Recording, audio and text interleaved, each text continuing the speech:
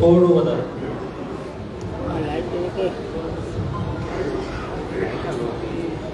જેતપુર મુકામે આયોજિત બજેટ પરિસંવાદમાં આપણા વચ્ચે ઉપસ્થિત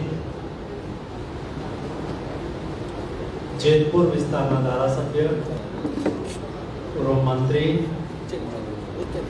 અને આ વિસ્તારનું ગૌરવ એવા આદરણીય જયેશભાઈ, અમારા જિલ્લાના અધ્યક્ષ અલ્પેશભાઈ, મંચ પર ઉપસ્થિત તમામ વિવિધ ક્ષેત્રના આગેવાનો, ઉપસ્થિત વડીલો, યુવાન દોસ્તો, ભાઈઓ અને બહેનો, આટલી વિશાળ સંખ્યાની અંદર આપ સૌની ઉપસ્થિતિ હું જોઈ રહ્યો છું. ઘણા વખત આવવાનું પણ થયું, એટલા માટે પરિચય પણ કેટલાક લોકોનો છે, વેપારીઓ પણ છે, ઇન્ડસ્ટ્રીઝ સાથે જોડાયેલા લોકો પણ છે, કાર્યકર્તા પણ છે, અને એ પણ બરાબર 1 વાગ્યાના સમયે આટલી મોટી સંખ્યા ઉપસ્થિત છે. બતાવે છે કે જ્યારે લોકો એકઠા થાય ત્યારે બે વાત ભેગી થાય, ત્યારે એકઠા થાય. કોણ તમને બોલાવે છે એ પણ અગત્યનું છે. જયેશભાઈ બધાને આમંત્રણ આપ્યા હશે. કોણ આવે છે એ પણ અગત્યનું છે. આપ સૌએ લોકસભાની ચૂંટણીની અંદર ભારતીય જનતા પાર્ટી ને મત આપીને તમે મને ચૂંટો, યાની કે પ્રતિનિધિ કે ના રૂપમાં મને સાંસદ બનાવ્યો, ભારતીય જનતા પાર્ટીને જીતાવી, મોદીજી દેશના પ્રધાનમંત્રી બન્યા. મોદીજી દેશ માટે કેવું કામ કરી રહ્યા છે. આપણે ત્યાં સુધી સામાન્યતઃ એવું માનતા હતા કે બજેટ એટલે શું, તો કે એક રેલવેની લાઈન માટે જાહેરાત થઈ, અમને એટલી એક પ્રોજેક્ટ જાહેર કર્યો, હાઈવે માટે જાહેરાત થઈ, આપણા મનમાં આ ટેક્સમાં એટલો ઘટાડો કર્યો, ટેક્સમાં એટલો વધારો કર્યો, એટલે બજેટ એવું સામાન્યતઃ વર્ષોની પ્રેક્ટિસે આપણે સમજતા હતા. પરંતુ પાછલા 1 દશકની અંદર આ વ્યાખ્યા અને પરિપ્રેક્ષ્ય બદલાઈ ગયા. બજેટ એટલે જાહેરાત નહીં છે. જાહેરાતો તો બહુ આપણે થતી જોઈ. મને યાદ છે 2014 ની અંદર મોદીજીએ પહેલું બજેટ પાર્લામેન્ટમાં રજૂ કર્યું, ત્યારે કહ્યું હતું કે પિછલા 25 વર્ષમાં 3000 એવી જાહેરાતો હતી. કારણ કે બજેટ ઉપર આવે, મારા જેવો કોઈ મંત્રી હોય, કોઈ સાંસદ હોય, કોઈનો ફોન આવી ગયો એટલે બજેટની અંદર એનાઉન્સમેન્ટ કરી દે, અમે આ કરી દેશું, તે કરી દેશું. 3000 આવી જાહેરાતો હતી. 25 વર્ષથી એનો અમલ જ નહોતો થયો. જાહેરાતો રહી હતી. જી નહીં, મોદીજીએ કહ્યું કે બજેટ એટલે ટૂંકા ગાળાનું 1 વર્ષનું પ્લાનિંગ અને લાંબા ગાળાનું વિઝન.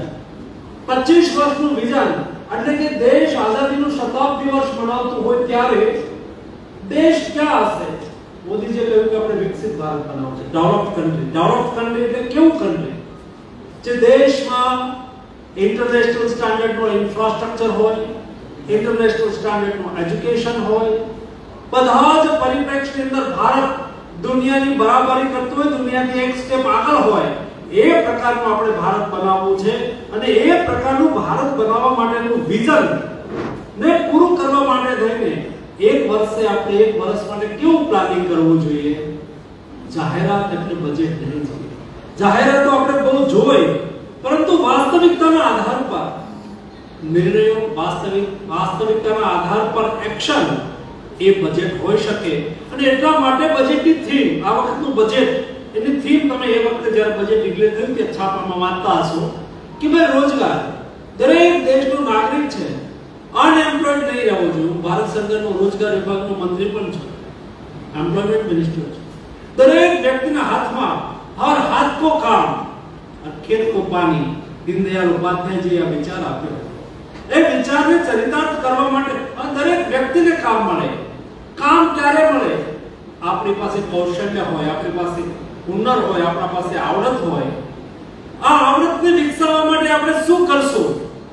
તો એ આવડતને વિકસાવવા માટે આપણા જેતપુરની અંદર જે ઉદ્યોગ છે, એમએસએમઈ કહેવાય, નાનો ઉદ્યોગ અને મધ્યમ કક્ષાનો ઉદ્યોગ, આવા ઉદ્યોગને પ્રોટેક્શન આપીએ, આવા ઉદ્યોગને પ્રોત્સાહિત કરીએ, આવા ઉદ્યોગ ટકે, વિકસે, પ્રગટે એના માટે સહયોગ કરીએ.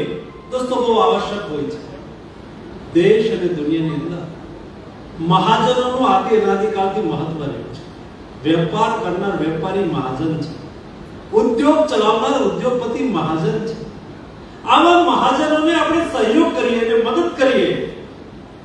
એમને કરેલી મદદ એ ત્રણ રીતે ફાયદેમંદ થતી હોય છે.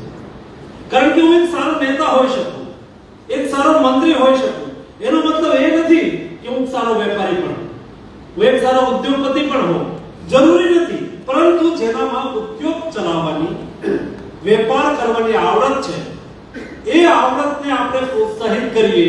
ભાઈ તમે મિત્રો આ સાઈડ આવી જાઓ, અહીંયા ઉભા રહો. સામેના વાળા લોકોને મને વાત કરવામાં અનુકૂળ થાય. આપણે પ્રોત્સાહિત કરીએ. જેનામાં જે આવડત છે એ આવડતને આપણે મદદરૂપ થઈએ તો એનું એક કૌશલ્ય સારી રીતે ખીલી શકે. એટલે કે વ્યક્તિ સારું ઉત્પાદન કરી શકે, સારો ઉદ્યોગ કરી શકે. અને એટલા માટે થઈને ઉદ્યોગ ધંધાને પ્રોત્સાહિત કરવા, મહાજનોનું મહત્વ આદિ અનાદિકાળથી આ દેશમાં ની સૃષ્ટિમાં રહ્યું છે. તમે જુઓ, આક્રાંતાઓનું શાસન હતું ને, મોગલ સલ્તનત ચાલતી હતી ને, એ વખતે પણ બાદશાહ અકબરની અંબાડી ચાલે, એનો હાથી હાલે, એની આગળ હેમચંદ્રાચાર્ય સુરેશ્વરજી મહારાજ સાહેબનો હાથી એથી આગળ ચાલતો. એટલે પહેલા મહાજન, રાજ્ય પણ મહાજનને પહેલા રાખતું હતું. એ મહાજનોને એ પહેલી વખત બની રહ્યું છે. દોસ્તો, આપણે ત્યાં કેવું છે, વેપારી છે, નાનો મોટો ફંડ પાળવા માટે જવું હોય કોની પાસે જવાનું? વેપારી પાસે જવાનું, ઉદ્યોગપતિ પાસે જવાનું. અમાર લોકોએ ચૂંટણી લડવી હોય તો ફંડ માંગવા કોની પાસે જવાનું? વેપારી પાસે જવાનું, ઉદ્યોગપતિ પાસે જવાનું.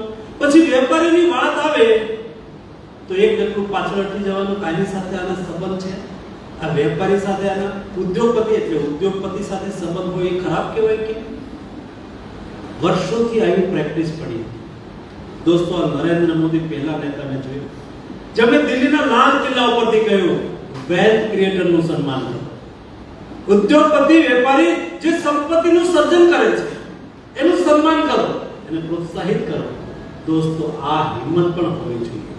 અને એટલા માટે મોદીજીએ કહ્યું, our government is pro poor, pro farmers and industries friendly government. It means અમારી સરકાર ગરીબલક્ષી સરકાર છે, અમારી સરકાર ખેડૂતલક્ષી સરકાર છે, પરંતુ અમારી સરકાર એ વેપાર ઉદ્યોગને પ્રોત્સાહન આપતી સરકાર છે, એટલે કે ઇન્ડસ્ટ્રીઝ ફ્રેન્ડલી સરકાર છે. અને એટલા માટે તમે દરેક વિષયને બે રીતે જોઈ શકો. દાખલા તરીકે આપણે ત્યાં ડાઇંગ ઇન્ડસ્ટ્રીઝ છે, એને લઈને પોલ્યુશનનો પ્રશ્ન છે. હવે એને લઈને જ્યારે પોલ્યુશનનો પ્રશ્ન આવે ત્યારે નેતા તરીકે, સરકાર તરીકે પોલ્યુશન નહીં થવું જોઈએ, સંમત છે, નહીં થવું જોઈએ, એટલે ક્લોઝર આપવાનું એક વિકલ્પ એ છે. બીજો વિકલ્પ એ છે કે કોઈ પોલ્યુટેડ ઇન્ડસ્ટ્રીઝ હોય તો સરકારે પોલ્યુશનનું સોલ્યુશન કેવું હોઈ શકે એના માટે વિચાર કરવાનો, તાકી ઇન્ડસ્ટ્રીઝ પણ ચાલે, પોલ્યુશનનું સોલ્યુશન પણ થાય. મને હમણાં આપણે ડાઇંગ ઇન્ડસ્ટ્રીઝનો પ્રશ્ન છે, તો એ વેસ્ટ છે, એને આપણે દરિયામાં લઈ જવા માટે થઈને 500-700 કરોડ રૂપિયા મંજૂર આપણે કર્યા છે, જેને આપણે પોરબંદરના દરિયામાં લઈ જવું છે. તો અર્જુનભાઈ હું વાત કરતો હતો, હમણાં અર્જુનભાઈ મને દિલ્હી મળવા આવ્યા, તો મેં કહ્યું કે ભાઈ આનું આપણે સોલ્યુશન કઈ રીતે કરીશું? અત્યાર સુધી તો તમે ત્યાં વિરોધ કરતા હતા, આપણે સોલ્યુશન તો કરવું પડશે, પણ એ વિરોધ તમે લોકોના મનમાં રોપી દીધો છે. એટલે તમે આ પાડશો તો પણ ત્યાં બાકીના લોકો વિરોધ કરશે. તો એ વિરોધ ન કરે એના માટે થઈને આપણે શું કરવું જોઈએ? તો આપણે સાબિત કરવું પડે કે ભાઈ આ પાણીથી સમુદ્રમાં પોલ્યુશનનું પાણી છોડવાથી નુકસાન નથી થવાનું. એવું પહેલા આપણે કન્વિન્સ કરાવવું પડે. આ પાણીથી માછલા નથી મરવાના. તો આપણે શું કરવું પડે? મને જે રીતે બ્રીફ કરવામાં આવ્યું એ બ્રીફિંગ એવું થયું કે ભાઈ એટલા 400 TDP થી નીચું છે તો એમાં માછલું ન મરે. 400-300 કંઈક હોય તો એનું માપ મુજબ માછલું મરે નહીં, એટલે કે નુકસાન ન કરે. તો મેં કહ્યું કે આપણે ડેમો કરવો જોઈએ. બધા મછવારાને બોલાવી આવું પાણી ભરી અને એમાં માછલું નાખવું જોઈએ. કેવું જોઈએ કે જો માછલું જીવતું છે, તમે ચિંતા નહીં કરો, એ પાણીનું પણ સોલ્યુશન હશે અને માછલા પણ નહીં મરે. બીજો વિકલ્પ, વિજ્ઞાન અત્યારે બહુ આગળ વધ્યું છે, સાયન્સ બહુ આગળ વધી ગયું. એ સાયન્સ આઈને 700 કરોડના બદલે 1000 કરોડ રૂપિયાનો ખર્ચ કરવાથી અહીંયા એનું સોલ્યુશન થઈ શકે એવું છે. જો એને અહીંયા સોલ્યુશન થઈ શકતું હોય તો એને અહીંયા પણ સોલ્યુશન કરવું છે. પરંતુ રસ્તો કાઢવો જોઈએ. ઇન્ડસ્ટ્રીઝ બંધ નહીં થવી જોઈએ. દોસ્તો, મારો વાદો છે 5 વર્ષની અંદર ઇન્ડસ્ટ્રીઝ આપણે ડબલ કરવી છે. અને દોસ્તો, હું દુનિયાને ઓળખું છું. મેં દુનિયાને જોઈ છે, સમજી છે. ઇન્ડસ્ટ્રીઝ લક્ષી મારી પાસે મિનિસ્ટ્રીઓ રહી છે ત્યાં સુધી 10 વર્ષ. મને ખબર છે આવા પ્રશ્નોનું સોલ્યુશન કઈ રીતે આવે. But my attitude is positive and industries friendly. આપણે ઇન્ડસ્ટ્રીઝના પણ સમાધાન શોધવા છે. એની સામે પોલ્યુશન ન થાય એના માટેની ચિંતાઓ પણ કરવી છે, તાકી એક કોમ્પ્રિહેન્સિવ વિકાસ થાય. અને વિકાસ માટે થઈને મોદીજીએ કહ્યું કે અમે આ દેશની અંદર આપણે વિકસિત ભારત બનાવવું છે. તો વિકસિત ભારત બનાવવા માટે થઈને સાયલોઝમાં નહીં વિચારી શકીએ. આપણા કોઈ નિર્ણય સાયલોઝમાં ના હોય. આપણા કોઈ નિર્ણયો ટૂંકા ગાળા માટે ન હોય. આપણા કોઈ નિર્ણયો માત્ર ચૂંટણી જીતવા માટે ના હોય.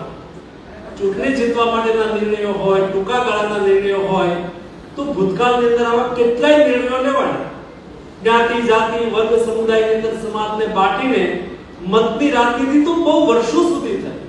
મોદીજીએ કહ્યું કે ભાઈ ગરીબ છે,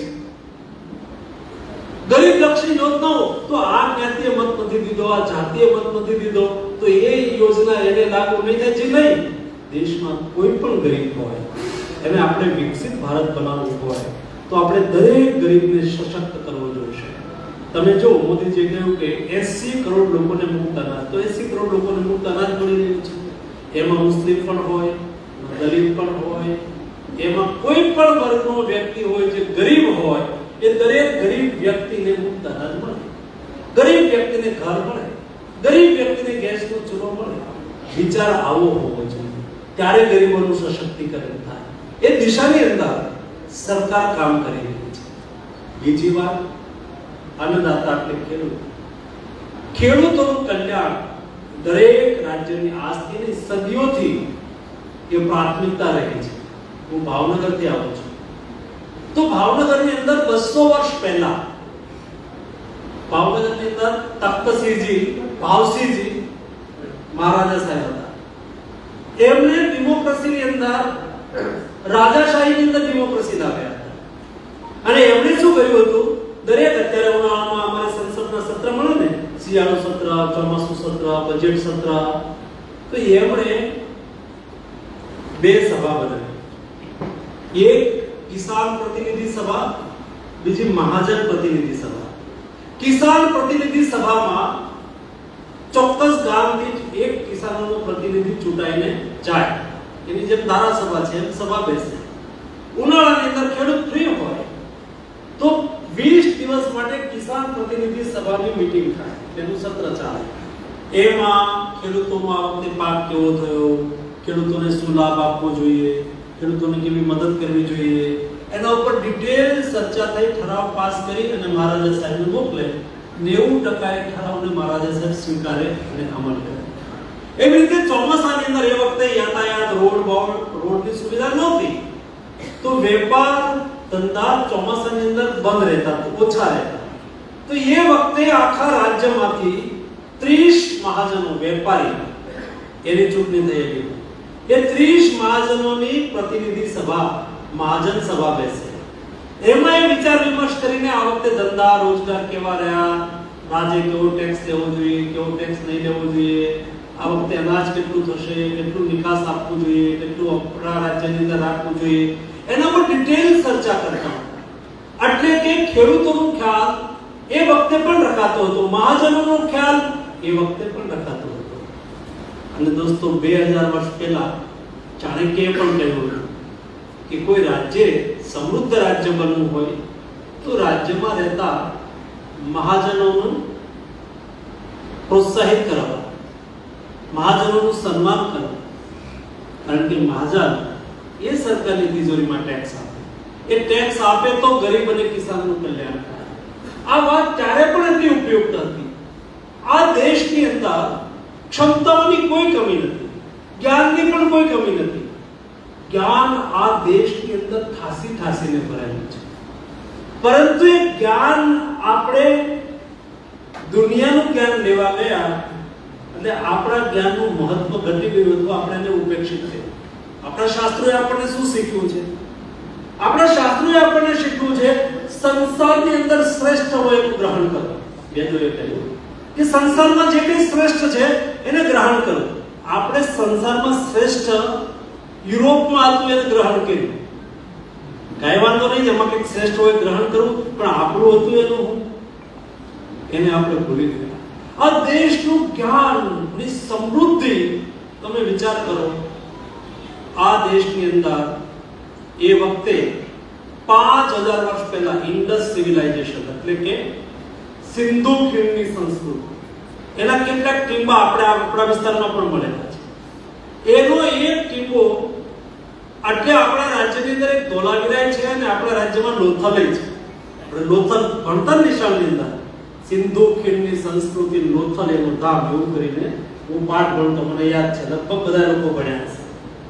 આ લોથલ 5000 વર્ષ પહેલા બનેલું શહેર એ જોવા જેવું છે. અને જોવા જેવું એટલે કેવું છે? એ લોથલની શેરીઓ એવી બનેલી હતી જ્યાં સુધી દરિયો હતો.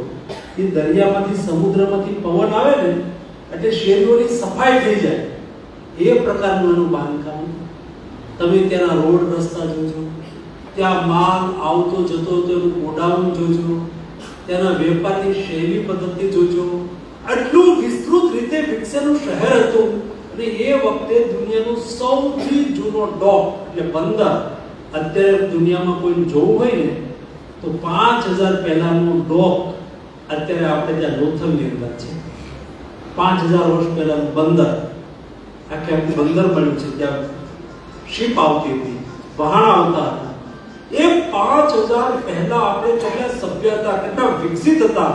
એ વખતે આફ્રિકાના દેશો સાથે આપણે વેપાર કરતા હતા. એ વખતે પેસિફિક આઇલેન્ડના ટાપુઓ સાથે આપણે વેપાર કરતા હતા. આપણા કચ્છના વાલમ લોકો, વાણવટું કરનાર લોકો, તમે વાલમની પોથી એક વખત પુસ્તક વાંચી જાઓ ને એ રીતે. એ વખતે તો કોઈ રડાર નહોતા, અત્યારે છે એવા કોઈ ઉપગ્રહ નહોતા, કોઈ ગૂગલ નહોતું. એ વખતે પવનની દિશા, પક્ષીઓના અવાજ, સમુદ્રની લહેરો, એના આધારે એ અનુમાન કરીને અહીંથી મડાગાસ્કર અને કેપ ઓફ ગુડ હોપ થઈને તો અત્યારે આપણે ઇતિહાસ ભણીએ છીએ ને કે વાસ્કો દ ગામા એ ભારત શોધ્યું. વાસ્કો દ ગામા તો કેપ ઓફ ગુડ હોપ આવ્યો તો આફ્રિકાના છેડે, ત્યાં આપણા કચ્છના વાલમેને મળી ગયા, ઈ એના લઈ આવ્યા હતા. ભારતનું શોધવાનું હોય, ભારત દુનિયા શોધેલી હતી, આપણે દુનિયા શોધેલી હતી. એટલા આપણે વિકસિત હતા ને એટલા માટે હું 8 વર્ષ પહેલા ભારત સરકારનો port shipping and waterways minister હતો, વાણવટા વિભાગનો મંત્રી હતો. એ વખતે મને એવું થયું કે આ દેશ દુનિયાને આપણે બતાવવું જોઈએ. દુનિયા પાસેથી આપણે બહુ લેવા નીકળ્યા છે, પરંતુ દુનિયાને આપણે બતાવવું જોઈએ કે અમે 5 વર્ષ પહેલા કેટલા સભ્ય હતા, અમારી કેટલી તાકાત હતી, અમારી કેટલી સૂઝ હતી. બતાવવા માટે કરવું શું? એ વખતે આપણે કેવા સમુદ્ર ખેડુ હતા, કેવી રીતે દુનિયા સાથે વેપાર કરતા હતા. અને દુનિયા અમારા વગર, દુનિયાને ભારત વગર ચાલે નહીં એવી સ્થિતિ હતી. એ બતાવવા માટે થઈને મેં એ વખતે નિર્ણય કર્યો કે આ લોથલ છે ને ત્યાં એક એવું સ્મારક, એવી વ્યવસ્થા, એવું કોમ્પ્લેક્સ, એવું આખું પરિસરને વિકસિત કરવું છે. એ પરિસરને વિકસિત કરવા માટે થઈને આખે આખું લોથલને રિક્રિએટ કરવું છે. એટલે 5000 વર્ષ પહેલા જેવું લોથલ હતું એવું ને એવું લોથલ બનાવવું છે. એટલે મેં પ્રધાનમંત્રીજીને વાત કરી, એનું મોડેલ બનાવ્યું. બહુ એક્સપર્ટ લોકો સાથે મેં મીટિંગ કરી. તમને ખ્યાલ હોય તો આપણા દેશની અંદર આવા પિક્ચરો ઓછા હાલે છે, પણ એક આશુતોષ ગોવારીકર કરીને ડાયરેક્ટર છે, એમણે મોહેજો ડેરો પિક્ચર બનાવ્યું. આમાંથી કોઈ જોયું હોય તો લગભગ ઓછા લોકોએ જોયું હશે. આપણા દેશમાં બીજા અટપટા છટપટા આવે તો જોઈ નાખીએ આપણે, પણ દેશની વિરાસતને ગૌરવગાન કરતું એ ટિકિટ બારીમાં ફેલ ગયું હતું. પણ એ પિક્ચર મેં જોયું, એ પિક્ચર બનાવનાર આશુતોષ ગોવારીકરને મેં બોલાવ્યા. મેં આશુતોષ ગોવારીકરને કહ્યું, એમણે આ પિક્ચરનું એક સેટ બનાવવો પડે ને, એ સેટ બનાવવામાં હવા 100 કરોડ રૂપિયાનો ખર્ચ કર્યો હતો અને કચ્છની અંદર એ પિક્ચરનો સેટ બનાવ્યો હતો. મેં એમને બોલાવીને એવું કહ્યું કે મારે એ લોથલને રિક્રિએટ કરવું છે. 5 વર્ષ પછી તમારે લોથલ ઉપર પિક્ચર બનાવવાનું છે, ત્યારે તમારે સેટ ઉભો ન કરવો પડે એવી ડિઝાઇન બનાવવામાં મને મદદ કરો. આપણે ડિઝાઇન બનાવી, એના પેજ બનાવ્યા, 4000 કરોડ રૂપિયાનો પ્લાન બનાવ્યો. 4000 કરોડ રૂપિયા ના પ્લાનમાં કેટલું સરકાર કરશે, કેટલું પીપીપી થી કરીશું. સ્ટેચ્યુ ઓફ યુનિટી જો આવે ને, એ વ્યક્તિ દુનિયામાંથી, આખી દુનિયાના લોકો મેરીટાઈમ ઇતિહાસ, હિસ્ટ્રી ઓફ મેરીટાઈમ સમજવા માટે, સમુદ્ર વિજ્ઞાનને સમજવા માટે, ઇન્ડિયાના 5000 વર્ષ પહેલાના વેપારને સમજવા માટે દુનિયા લોથલની અંદર આવતી હશે. અને તમે પણ દેશ વિદેશની અંદર, યા તો તમારા મહેમાન કોઈ ગેસ્ટ હોય, કોઈ બીજા રાજ્યમાં હોય, તમે એમ કહેશો કે આવો ને આપણે લોથલ ફરવા જઈએ. એ લોથલ કેવું હશે? એ લોથલ એવું હશે, એમાં મિનિમમ તમને 3 દિવસ લાગશે ગામ ફરતા. ફેઝ 1 બની ગયો છે, દિવાળી પછીનું લોકાર્પણ કરી. તમે અંદર જશો એટલે તમને લાઈવ એક્સપિરિયન્સ થશે. લાઈવ એક્સપિરિયન્સ મીન્સ તમે અંદર એન્ટ્રી કરશો એટલે બહારના વ્યક્તિ, એટલે કે તમે 21મી સદીના નાગરિક નહીં હો. તમે એન્ટ્રી કર્યા એટલે તમે 5000 પુરાના નાગરિક બની ગયા. એટલે બહારના કપડાય બહાર, અંદર ગયા એટલે 5000 વર્ષ પહેલા જે કપડા પહેરતા હતા એ કપડા પહેરતા. તમે અંદર ગયા એટલે બહારનો રૂપિયો ત્યાં નહીં ચાલે. ત્યાં 5000 વર્ષ પહેલા જે કોઈન ચાલતા હતા એ કોઈન તમારા બાટનમાં લઈ લેવાના, અંદર ઈ જ ચાલશે. અંદર વેપારી બેઠો બેઠો વેપાર કરતો હશે, એ પણ 5000 વર્ષ પહેલાનો હશે. એ અંદર જઈને ભાષા બોલતો હશે તો એ વખતની ભાષા બોલતો હશે, તમારે ટ્રાન્સલેટર રાખવો પડશે એની વાતચીત કરવા માટે. 5000 વર્ષ પહેલા ગોડાઉનમાં, માલમાં જે રીતે વેપાર, ટ્રેડિંગ, ત્યાં તમારે કંઈક વાંધો પડ્યો કોકની સાથે લવાદ કરવાની હોય તો 5000 વર્ષ પહેલા જેવી કોર્ટ હતી એવી કોર્ટ હશે. એટલે લવાદ પણ 5000 વર્ષ પહેલા ચાલતો તો એવો ચાલશે. આ પ્રકારનું લોથલ આપણે રિક્રિએટ કરી રહ્યા છીએ દોસ્તો. શું કામ? દુનિયા આવીને સમજે કે આ દેશની તાકાત શું હતી, આ દેશ કેટલો સામર્થ્યવાન દેશ. એ ફરીને દેશને વિકસિત ભારત બનાવવા માટે થઈ. દેશનો ગરીબ એનો વિકાસ થાય, દેશનો ખેડૂત. તમે જો 2 દિવસ પહેલા તમે પ્રધાનમંત્રીજીનો ફોટો જોયો હશે. ક્લાઇમેટ બદલી રહ્યું છે, વાતાવરણ બદલાઈ રહ્યું છે, દેશની જનસંખ્યા વધી રહી છે. એ વાતાવરણને અનુરૂપ ઉત્પાદન આપે એવા સીડ તમારે પેદા કરવા જોઈશે. સમય પરિસ્થિતિ અનુસાર તમારે એગ્રીકલ્ચર સેક્ટરમાં બદલ કરવા પડશે. 10 વર્ષ પછી કોઈ વ્યક્તિ કેમિકલ્સ ખાતર નાખેલું ખોરાક ખાવાનું નથી. હું આરોગ્ય મંત્રી પણ રહ્યો છું અને ખાતર વિભાગનો મંત્રી પણ રહ્યો છું. કારણ કે મેં એ વખતે જે સ્ટડી કરાવ્યો હતો અને જે તારણો આવ્યા છે બહુ ભયંકર અને નેગેટિવ છે. પેસ્ટિસાઇડનો ઉપયોગ, રાસાયણિક ખાતરનો વધારે પડતો ઉપયોગ, એની અસરો જીનેટિકલ ઇફેક્ટ સુધી પહોંચ્યું છે. ડિફેક્ટિવ બાળકો પેદા થઈ રહ્યા છે ધીમે ધીમે. કેટલીક અસરોમાંની એક એવી પણ અસર છે. એનું ડિટેલમાં અધ્યયન કરાયું હતું. ત્યારથી મેં નક્કી કર્યું હતું કે દેશની અંદર કેમિકલ્સ ખાતરનો ઉપયોગ ઘટાડવો જોઈએ.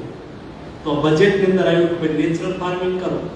નેચરલ ફાર્મિંગ કરેલ શરૂઆતમાં એકાદ વર્ષ માટે 2 વર્ષ માટે તમારું ઉત્પાદન ઓછું આવે તો તમને કમ્પન્સેશન મળવું જોઈએ. એ વખતે મેં યોજના બનાવી હતી. એ યોજનાને અત્યારે આગળ વધારી રહ્યા છે પીએમ પ્રણામ યોજના. એટલે કે કોઈ રાજ્ય કેમિકલ ખાતરનો ઉપયોગ ઓછો કરે અને એમાંથી જે પૈસા બચાવે તો એ પૈસા રાજ્યને આપવામાં આવશે તાકી રાજ્ય એના રાજ્યની અંદર જે નેચરલ ફાર્મિંગ તરફ વળ્યા હોય એવા ખેડૂતોને આર્થિક મદદ કરી શકે. એને અનુરૂપ તમારા નિર્ણયો ભવિષ્યલક્ષી નિર્ણયો કરવા પડશે. ત્યારે ખેડૂતને નેતા આ ખેતી આપણે એમ કહીએ ખેતી ખોટ કરે આપણા બાપ દાદાઓને હજારો વર્ષ સુધી નિભાવવા પડે. આ ખેતી જ નિભાવવાની, આ ખેડૂતે જ નિભાવવાની. આપણે બધાની આજીવિકા એના ઉપર જ ચાલતી હતી ને. એ ખેતી 2 દશકાની અંદર ખોટ મળી કરવા 3 દશકાની અંદર જે નહીં. સત્ય છે કે ખેતી દુનિયાને જીવાડે નભાવે. એ ખેતી ક્યારેક ખોટ ના કરે. ખોટ એટલા માટે કરી વ્યવસ્થાઓ બદલી. વ્યવસ્થાઓને આપણે પછી સુદૃઢ કરવી પડશે. ફોર એક્ઝામ્પલ વ્યવસ્થાઓ કેવી બદલી? આપણે ખેતીની વ્યાખ્યા જ બદલી. ખેતી એટલે આપણે અત્યારે એવું એવી વાત પર પહોંચ્યા છે કપાસ વાવો પોતા લણો એટલે ખેતી કહેવાય. મગફળી વાવી દો ખેંચી લો વેચી દો એટલે ખેતી કહેવાય. કૃષિ પશુપાલન અને સહકાર આ ત્રણે ભેગું થાય ત્યારે એક ખેતી બને. અને એ ખેતી હિસાબ કિતાબથી ચાલતી હતી. હું એનું ઉત્તમ ઉદાહરણ છું. મારે ત્યાં 35 વીઘા જમીન હતી મારા બાપુજી. 35 વીઘા જમીનમાં માત્ર 15 વીઘા પિયત જમીન હતી. બાકીની પિયત નહોતી. અમે 4 ભાઈ હતા, એક બેન. ગામડાના સામાન્ય ખેડૂત તરીકે મારા બાપુજી એ જ ખેતી કરતા કરતા કરતા અમને બધાને ચારે ભણાવી દીધા. એ જ ખેતી કરતા કરતા બધાને લગ્ન કરી દીધા. એ જ ખેતી કરતા કરતા કરતા અમારું જીવન નિર્વાહ બહુ સારી રીતે ચાલતો હતો. ખેતી ખોટ કરતી હોય તો આવું મોટું પરિવારનું પોષણ કઈ રીતે થાય? પરંતુ હું જોતો હતો, અવલોકન કરતો હતો. હર સંભવ મેનેજમેન્ટ હતું. એને ખબર હતી કે ચોથા વર્ષે દુષ્કાળ પડવાનો છે સૌરાષ્ટ્રની અંદર. એટલે ખેતરના શેડે જુવારની ગંજી લગાવી દે. જ્યારે દુષ્કાળ હોય ત્યારે 2 ઢોર હોય 3 ઢોર હોય એમાંથી પૂળા કાઢીને ખવડાવે ને થોડું થોડું દૂધ હોય ઘરે ખાઈને વેચે. અનાજ પાકી ગયો હોય તો ઘરનું વરસ નીકળી જતું. મેનેજમેન્ટ હતું. આપણે મેનેજમેન્ટ વ્યવસ્થાઓને તોડી એ ખેતી આપણે નજીક વાળી હોય ઘરે કાંઈ કામ ન હોય ચોરે ચોટે બેસીને પત્તો ટીપવાનો હોય અને વાડીએ જશું હાલીને જવાનું શું વાંધો હોય? હાલીને જવાય તો આપણું શરીર પણ તંદુરસ્ત રહે ને. સાયકલન જવાય, બહુ થોડી દૂર હોય 2 કિલોમીટર તો સાયકલન જાઓ, શરીર પણ તંદુરસ્ત રહેશે, ખર્ચો પણ નહીં થાય. હવે આપણે 20 વીઘા જમીન હોય ઘરે કોણ એમ કે ટ્રેક્ટર થી ખેતી કરાવી નાખીએ એટલે ટ્રેક્ટર વાળો લઈ જાય 4-5 હજાર રૂપિયા. આપણને ખબર ન હોય અને વિના કારણે આપણે 2 વ્હીલ ગાડી રાખી હોય ગ્રુપ કરતા વાડીએ જઈએ દિવસમાં 2 વખત 3 વખત વર્ષે 10-15 હજાર રૂપિયા એ ગાડી ખાઈ જાય ડીઝલ પેટ્રોલના. વિના કારણે મોબાઈલ આમને હાંક્યા જ કરીએ. આ ગણી રાખજો 10 વર્ષ પછી મોબાઈલ નહીં રાખવો એ ફેશન આવવાની છે. કાંઈ કામ નહીં હોય અને એ દર મહિને આપણી પાસે બિલ ભરાવે છે, અંદર પૂરવું પડે છે ત્યારે ચાલે છે. આર્થિક મેનેજમેન્ટ વિના કારણે આપણે 50,000 રૂપિયા વિના કારણે વર્ષે ખર્ચ કરીએ અને ઓટલે બેઠા એમ કે સરકાર કઈ કરતી નથી. ખેડૂત દેવાદાર થઈ ગયો. આ માનસિકતાથી નથી આપણું ભલું થવાનું. નથી સરકાર કેટલું કરશે? સરકારની તિજોરીમાં ટેક્સ તો આપણે આપીએ છીએ. સરકાર હું સરકાર છું ભાઈ, પૈસા ક્યાંથી આવે છે? તમે જીએસટી આપો છો. આપણને એવું છે કે વેપારી પૈસા આપે છે માત્ર. જી નહીં ભાઈ, દરેક સામાન્ય નાગરિક તમે કપડા પહેર્યા બધાય લોકોએ આ કપડા બન્યા ત્યાં ટેક્સ લાગ્યો ન લાગ્યો? આપણે ટેક્સ આપ્યો. તમે તમારી જીવન જરૂરી ચીજો ઘરે ખરીદો છો એના ઉપર સરકારનો ટેક્સ લાગે છે. તમે રસોઈ બનાવો છો ટેક્સ લાગે છે ભાઈ. એના માટે જરૂરી ચીજો તમે ખાંડ ખરીદી ટેક્સ લાગે છે, ચાય ખરીદી ટેક્સ લાગે છે. એટલે અંતે આપણા ગજવામાંથી પૈસા જાય છે. એ પૈસા પણ સંતુલિત જ્યાં સુધી વપરાય પછી એનું રિએક્શન આવે. એક જ સાઈડમાં તમે જ્યારે બધું આપવા મળો ને ત્યારે જ્યાં નો જતું હોય ત્યાંથી રિએક્શન ચાલુ. એટલે આટલું ને તાપ્યું આપણા કહેવતોએ આપણને શીખવું છે. આટલું તાપ્યું કેટલું ટકે ભાઈ? જે નહીં, આપણા શાસ્ત્રોએ આપણને એ પણ શીખવું છે કર્મણેવ અધિકારસ્તેષુ, તારું મહેનતનું જ તને ખાવાનો અધિકાર છે. દોસ્તો, આ આપણા સંસ્કાર છે, આપણી વિરાસત છે. એ વિરાસતમાંથી પ્રેરણા લઈને આપણે આપણા દેશને આગળ વધારવો છે. અને એટલા માટે મહિલા, અન્નદાતા, ગરીબ અને યુવાન મોદીજીએ બજેટની અંદર 4 વર્ગો માટે કલ્યાણકારી યોજનાઓ જાહેર કરી. એ 4 વર્ગની સમૃદ્ધિના આધાર પર દેશની સમૃદ્ધિને આપણે આગળ લઈ જઈ શકીએ. સમય બદલાતો હોય, બદલાતા સમયની સાથે લોકોની લાઇકિંગ, ડિસલાઇકિંગ, પસંદગી, વ્યવસાયના ક્ષેત્રો પણ બદલાતા છે. કોમ્પ્યુટર નહોતા ત્યારે રોજગારનું એક જ માધ્યમ હતું કૃષિ ક્ષેત્ર અને વેપાર ક્ષેત્ર. હવે રોજગારીના અનેક માર્ગો ખુલ્યા છે, પરંતુ એની સાથે શ્રમ ઘટતો જાય છે. મોદીજીએ કહ્યું કે આપણે કુશળ કારીગરો તૈયાર કરવા છે. તમે જો, એક બાજુ સંસદની અંદર ભાષણ થાય, રોજગારી નથી, અને બીજી બાજુ માણસો મળતા નથી.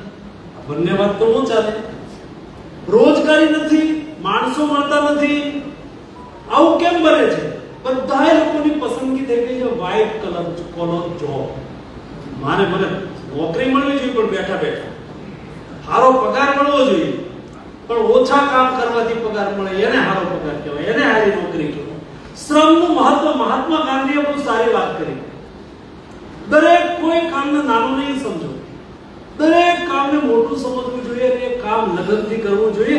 આજીવિકા માટે થઈને તમને જે કામ મળે એ કામ તમારે આજીવિકા ચલાવવા માટે થઈને તમારી ક્ષમતા મુજબ એનો ઉપયોગ કરવો જોઈએ.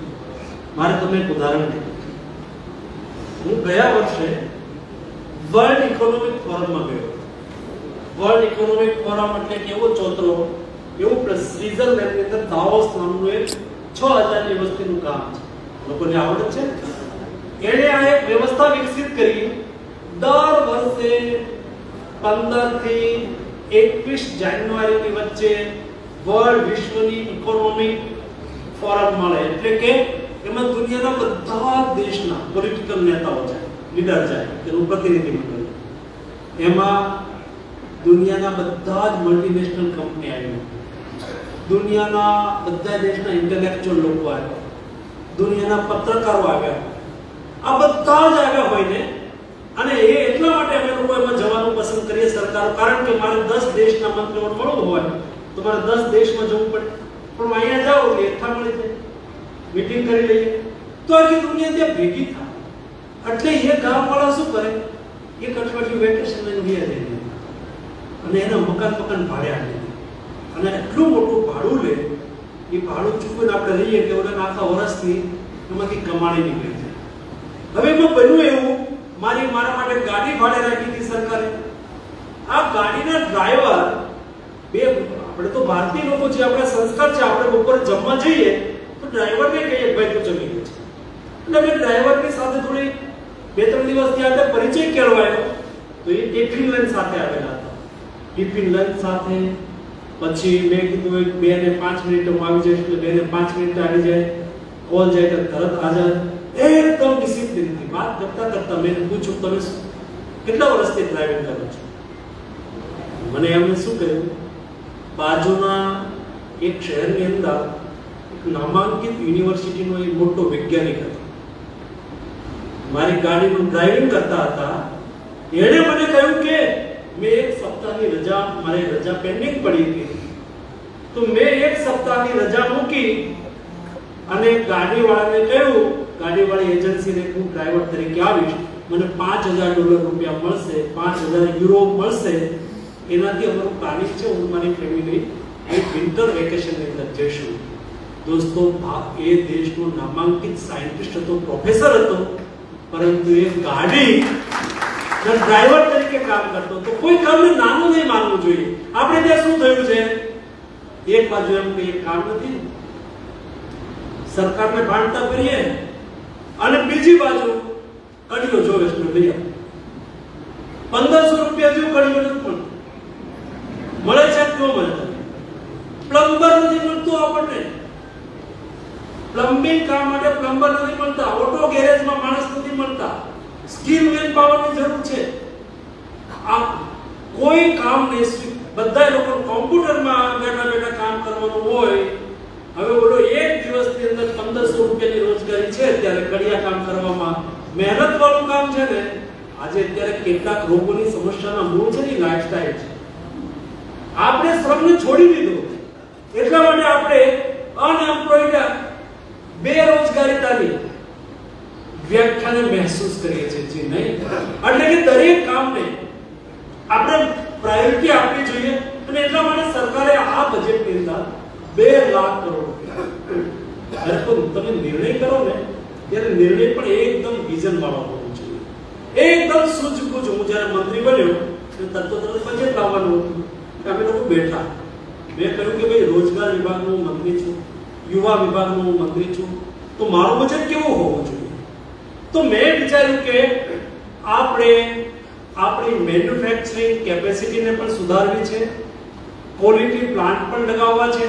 એમાંથી એક સ્કીમ નીકળી કે 4 વર્ષની અંદર 1 કરોડ દેશના યુવાનો, 1 કરોડ યુવાનોને દેશની પ્રીમિયમ 1 થી 500 કંપની છે, એ કંપનીની અંદર એક વર્ષ માટે ઇન્ટર્નશિપ માટે મોકલવા છે અને એના માટે સ્ટાઇપેન્ડ ભારત સરકાર આપે. શું કામ મોકલવા છે? 1 વર્ષ સુધી કોઈ રિલાયન્સ ની અંદર ઇન્ટર્નશિપ કરવા માટે એન્જિનિયર છોકરો ગયો, જેવો ઇન્ટર્નશિપ કરીને 1 વર્ષે બહાર આવશે, 1 વર્ષનો પગાર એને સરકાર આપશે. જેવો બહાર આવશે એટલે બધી જ ડાઉનસ્ટ્રીમ ઇન્ડસ્ટ્રીઝ એમ કહેશે કે મારે ત્યાં રિલાયન્સમાં તો 1 વર્ષ કામ કર્યો છે, સારી સેલરી સાથે નોકરી મળી જશે, સારી સેલરી સાથે કામ મળી ગયું. એની પાછળનો મારો ઉદ્દેશ્ય એ છે કે રિલાયન્સનું જે વર્ક કલ્ચર છે એ જે ઇન્ડસ્ટ્રીઝની અંદર એ કામ કરવા જશે ત્યારે એ વર્ક કલ્ચર લઈને આવશે. ટાટાની અંદર કામ કરવા ગયો, 200 વર્ષ જૂની કંપની, ઇન્ટરનેશનલ સ્ટાન્ડર્ડનું વર્ક કલ્ચર, એની સ્વચ્છતા, એની ડિસિપ્લિન, એનું એમાં કામ કરવાની પેટર્ન પદ્ધતિ, એ પછી ડાઉનસ્ટ્રીમ ઇન્ડસ્ટ્રીઝની અંદર કામ કરવા જશે ત્યાં એ લાગુ કરશે અને ત્યાં એ લાગુ કરશે તો એ ઇન્ડસ્ટ્રીઝની કેપેસિટી વધશે. એ વિઝન સાથે એક બાજુ રોજગાર બી, કેપેસિટી એન્હાન્સમેન્ટ બી. આવી રીતે ઇન્ડસ્ટ્રીઝ પ્રો ઇન્ડસ્ટ્રીઝ બિહેવિયર બી, સ્કિલ ડેવલપમેન્ટ આ પ્રકારે બજેટને આપણે તૈયાર કરી રહ્યા છીએ. વિકસિત ભારત બનાવવું છે તો વિકસિત ભારતની અંદર દેશમાં વિકસિત ઇન્ફ્રાસ્ટ્રક્ચર હોવું જોઈએ. તમે અહીંથી દુબઈ જાઓ છો, તમે અમેરિકા જાઓ છો તો ત્યાં જે ઇન્ફ્રાસ્ટ્રક્ચર છે એ ઇન્ફ્રાસ્ટ્રક્ચર આપણે પણ બનાવવું પડે. વિકસિત ભારતની એ જ વ્યાખ્યા છે. તો શું કરવું જોઈએ? એના માટે શોર્ટ ટર્મ નહીં, લોંગ ટર્મ આયોજન આવશ્યક છે. મેં તમને કહ્યું ને, 1 વર્ષનું planning, long term vision. Planning એટલે કેવું? તમને એક ઉદાહરણ, કોઈ પણ દેશમાં ઇન્ફ્રાસ્ટ્રક્ચર ડેવલપમેન્ટ માટે થઈને એ દેશ ઇન્ફ્રાસ્ટ્રક્ચરનું બજેટ તમારે વધારવું પડે. તો 2014નું પહેલા બજેટનું ભાષણ મેં સાંભળ્યું હતું. એ ભાષણની અંદર પહેલા બજેટની અંદર બજેટ સ્પીચ આપતી વખતે અરુણ જેટલીજીએ કહ્યું હતું કે અમે ઇન્ફ્રાસ્ટ્રક્ચર પાછળનું બજેટ વધારીને 10 વર્ષ પછી 15 લાખ કરોડ રૂપિયા કરીશું. 2013નું બજેટ હતું 1.5 લાખ કરોડ રૂપિયા. હવે હું ગમે એવી બજેટમાં જાહેરાત કરું કે એટલા રોડ બનાવી દઈશું, એટલા એરપોર્ટ બનાવી દઈશું, એટલે રેલવે લાઈન નાખી દઈશું, પણ 1.5 લાખ કરોડ રૂપિયા થાય શું? તમે જ્યારે ઇન્ફ્રાસ્ટ્રક્ચર પાછળનું બજેટ વધારો છો ત્યારે 3 ફાયદા. એક, ઇન્ફ્રાસ્ટ્રક્ચરનું બજેટ વધારવાથી ઇન્ફ્રાસ્ટ્રક્ચર ડેવલપમેન્ટ થાય. ઇન્ફ્રાસ્ટ્રક્ચર પર જ્યારે તમે કામ કરતા હો, એટલે કે અત્યારે આપણું 6 લેન કામ ચાલે છે તો કેટલા લોકોને કામ મળ્યું? મજૂરને કામ મળ્યું, ગીટાસી વાળાને કામ મળ્યું, પ્રેશર વાળો અંદર પેલા દબાવે એને કામ મળ્યું, ડીઝલ વાળાનું ડીઝલ વેચાણું એટલે પેટ્રોલ પંપ વાળાને કામ મળ્યું. એટલે કે એક સાથે ઇન્ફ્રાસ્ટ્રક્ચર ડેવલપમેન્ટ એવું છે જે 6 ટાઈમ રોજગાર નિર્માણ કરે, સર્વિસ સેક્ટર 3 ટાઈમ રોજગાર નિર્માણ કરે, એગ્રીકલ્ચર સેક્ટર 2 ટાઈમ રોજગાર નિર્માણ કરે.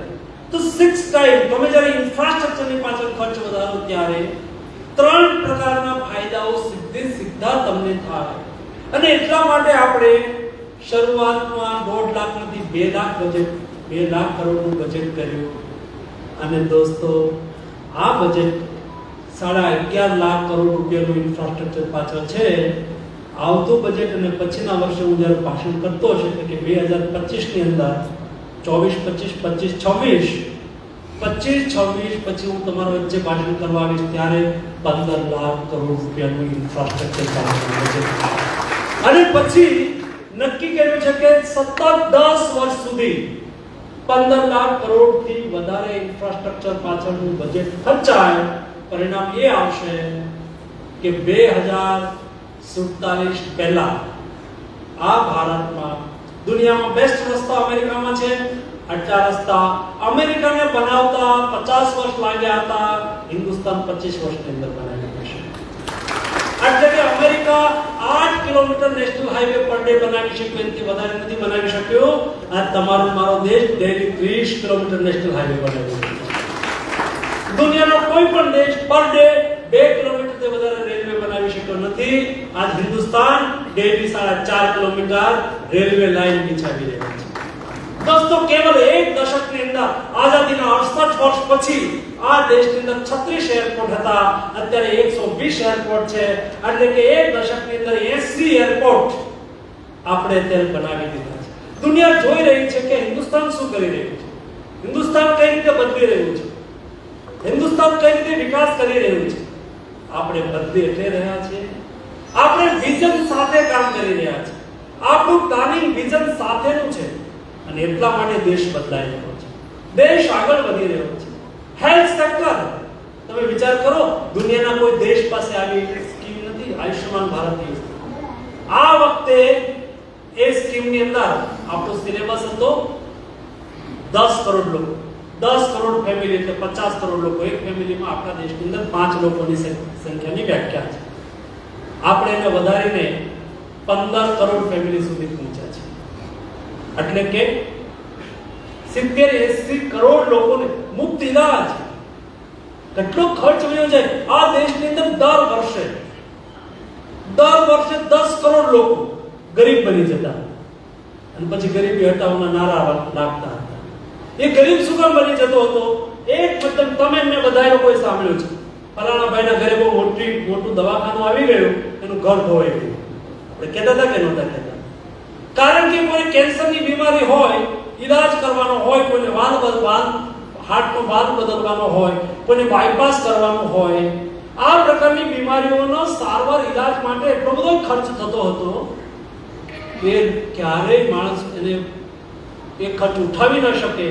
મધ્યમ વર્ગનો માણસ હોય, નાની મોટી ખેતી કરતો હોય, યા તો 15-20 હજારની પગારથી નોકરી કરતો હોય, હવે એને ત્યાં 10 લાખનું દવાખાનું આવી જાય, 5 લાખનું દવાખાનું આવી જાય, ગરીબ બની જાય કે ન બની જાય? દર વર્ષે 10 કરોડ લોકો ગરીબ બની જતા.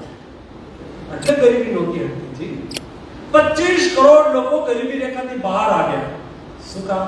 કોમ્પ્રિહેન્સિવ ડિસીઝન, સર્વગ્રાહી વિકાસની યોજનાઓ ગરીબ માટે પણ થઈ રહી હોય. આયુષ્યમાન ભારત યોજના મધ્યમ વર્ગના લોકોને પણ લાભ કરી રહી છે, એનો ખર્ચ ઘટી રહ્યો છે. સોશિયલ સિક્યુરિટી નાનો માણસ જે મારા મનમાં ચાલી રહ્યું છે એ સર્વે કરવાનું કહ્યું છે. આપણું જેતપુર હજુ આપણા વેપારીઓ એસિકની અંદર પૈસા, ઈએસઆઈસી ની અંદર પૈસા નહીં ભરતા, નોટિફાઈ નથી થયા. ઈએસઆઈ માં આપણે પૈસા ભરીએ છીએ, પીએફ નો પ્રોવિડન્ટ ફંડ માંથી એસિક ના પૈસા આપણે નોટિફાઈ કરવું છે. ને અહીંયા પણ મજૂરોના કલ્યાણ માટે આપણે ત્યાં બધા જ કામ કરે છે. એ કામ કરનારા રાજ્યના હોય કે બહારના હોય, એના માટે પણ એક ઉત્તમ હોસ્પિટલ બનાવેલી છે. હું રસ્તામાં મારા અધિકારીઓ પણ લેવા આવ્યા તો એને કહી રહ્યો હતો કે આપણે જેતપુરની અંદર એક અસ્પતાલ બનાવીએ. બધા જ લોકો સુધી સરકારી સેવાઓ પહોંચવી જોઈએ. આપણે રાષ્ટ્ર નિર્માણ કરવું છે, પરંતુ અંત્યોદયના આધાર પર રાષ્ટ્ર નિર્માણ દરેક વ્યક્તિને લાગવું જોઈએ. સરકાર અમારી છે, સરકાર અમારા જીવનમાં કઈ ને કઈ બદલાવ લાવી રહી છે. દોસ્તો તમે કલ્પના કરો, આપણા ધ્યાનમાં આ વિષય નથી આવતો, ઘણી વાર છૂટી જાય છે. હજારો લાખોની સંખ્યાની અંદર સરકારી ભરતીઓ થઈ રહી છે. દોસ્તો એ ઘટનાનો હું સાક્ષી છું. હું 12મું ધોરણ ભણતો હતો ને, તો મારા પિતાજી મેં તમને કહ્યું એમ ગામડાના ખેડૂત માણસ એમણે કહ્યું કે ભાઈ બધા લોકો સુરત હીરા ઘસવા જાય છે, અમારે ત્યાં સુરત હીરા ઘસવા જવાનો રિવાજ હતો એ વખતે. તો મને કે તું હીરા ઘસવા જા ને, એમાં પગાર પણ સારો હતો. તો મને કે આપણા ગામમાંથી જો આટલા છોકરા ગયા છે, તો મેં કહ્યું કે બાપુજી મારે ભણવું છે. મેં કહ્યું કે ઉત્તમ, તો અમે તને ભણાવીશું, પરંતુ આપણને ક્યાં નોકરી મળે છે? તો મેં કીધું મળશે, હું મહેનત કરીશ. તો કે એવું નહીં, આપણી પાસે કોઈ લાગવગ નથી. આપણી પાસે લાગવગ હોય તો નોકરી મળે. એ વખતે કેવો જમાનો હશે, અને નોકરી માટે તેને પૈસા દેવા પડે. તો નોકરી લાખોની સંખ્યાની અંદર અત્યારે ભારત સરકાર ભરતી કરી રહ્યું છે. દર મહિને 1 લાખ લોકોનું રિક્રુટમેન્ટ કરી રહ્યું છે. રિક્રુટમેન્ટ મિશન થાય. ગુજરાતની અંદર એટલા શિક્ષકો બન્યા, એટલા પોલીસની ભરતી થઈ, એટલી પીએસઆઈની ભરતી થઈ, એટલા ડેપ્યુટી કલેક્ટર મામલતદારની ભરતી થઈ. તમારામાંથી પણ કેટલાયના સગા વાલા સ્નેહી મિત્રો આડોશ પાડોશમાંથી કોઈને કોઈ નાની મોટી સરકારી નોકરી મળી હશે. નજર ફેરવશો તમને દેખાશે. ગેરંટી મળી છે, માત્ર મેરિટના આધાર પર. કોઈ લાગવગ નહીં, કોઈ બચતિયા નહીં, કોઈ એક રૂપિયો દેવો ના પડે. આ ગુડ ગવર્નન્સ કહેવાય. બાકી તો ભાષણ થતા રહે એ વર્ષોથી આપણે જોયું, પરંતુ ભાષણથી સમાજનું ભલું નથી થતું છે. ભાષણથી પ્રગતિ નથી થતી. પ્રગતિ માટે તેને short and long term planning and vision હોના चाहिए. મને બરાબર યાદ છે, રાજીવ ગાંધી દેશના પ્રધાનમંત્રી એ વખતે એમણે કહ્યું હતું કે આપણે દેશને 21મી સદીમાં લઈ જવો છે. મોટી ઉંમરના લોકો છે એમને ખબર હશે, 85 ના સમયની અંદર નારો લાગ્યો તો એક અત્યારે કેમ મોદીજી દર ભાષણની અંદર કહે છે વિકસિત ભારત બનાવવું છે, ડેવલપ્ડ કન્ટ્રી બનાવવું છે. તો મેં તમારી સામે મેપ રાખ્યું કે ભાઈ વિકસિત ભારત બનાવવા માટે આપણી પાસે કયો મેપ છે. તો હું ખેલ મંત્રી છું અત્યારે, તો ખેલ મંત્રી તરીકે અમારું પ્લાનિંગ છે કે 2047માં ભારત ખેલોની અંદર રમતગમતમાં 1 થી 5 નંબરની અંદર હોવું જોઈએ. ત્યારે જ આપણે વિકસિત બની શકીએ ને. તો એના માટે શું કરવું જોઈએ? તો કે ભાઈ ખેલો ઇન્ડિયા સ્કીમ ચલાવવી જોઈએ, ટોપ સ્કીમ ચલાવવી જોઈએ, ખેલાડીને બધા જ ટાઈપની મદદ કરવી જોઈએ, ટેલેન્ટ ગોતવી જોઈએ, જે આવા રમતવીરો છે એને ગોતીને ટ્રેનિંગ આપવી જોઈએ, દુનિયાની અંદર એને ખેલમાં મોકલવા જોઈએ, ત્યારે સારા ખેલાડી બને. એવી રીતે તમે જ્યારે કોઈ વિઝન નક્કી કરો છો, 21મી સદીનું વિઝન, એટલે દેશને આપણે આગળ લઈ જવો છે. 21મી સદીમાં જેવો સમાજ હોય એવો સમાજ આપણે બનાવવો છે, બહુ સમૃદ્ધિ આપણે લાવવી છે. વિષય અને વિઝન સરસ હતું, પરંતુ વિષય અને વિઝન સરસ હોવા છતાં પણ થયું કેવું, પ્લાનિંગ અને વિઝન નહીં હોય તો શું થાય? આ તમને એક ઉદાહરણ આપું છું. આપણે જેતપુરથી મુંબઈ જવું છે, કોઈ ટ્રેનમાં જવું છે, તો તમારે ટ્રેનની ટિકિટ લેવી પડે. ટિકિટ લીધા પછી કન્ફર્મ કરાવવી પડે. કન્ફર્મ થઈ ગયા પછી જે તારીખની ટિકિટ હોય એ તારીખે એ સમયે ટાઈમ પહેલા 10 મિનિટ પ્લેટફોર્મ પર પહોંચી જવું પડે. અને ટિકિટમાં તમારો કોચ નંબર S2 હોય તો S2 કોચ નંબરની સામે તમે ઊભા રહી જાઓ તો ટ્રેન આવે અને 3 મિનિટની અંદર તમે બેસી જાઓ તો તમે તમારા ગંતવ્ય સ્થાન સુધી મુંબઈ ટાઈમે પહોંચી જાઓ. વાત બરાબર છે?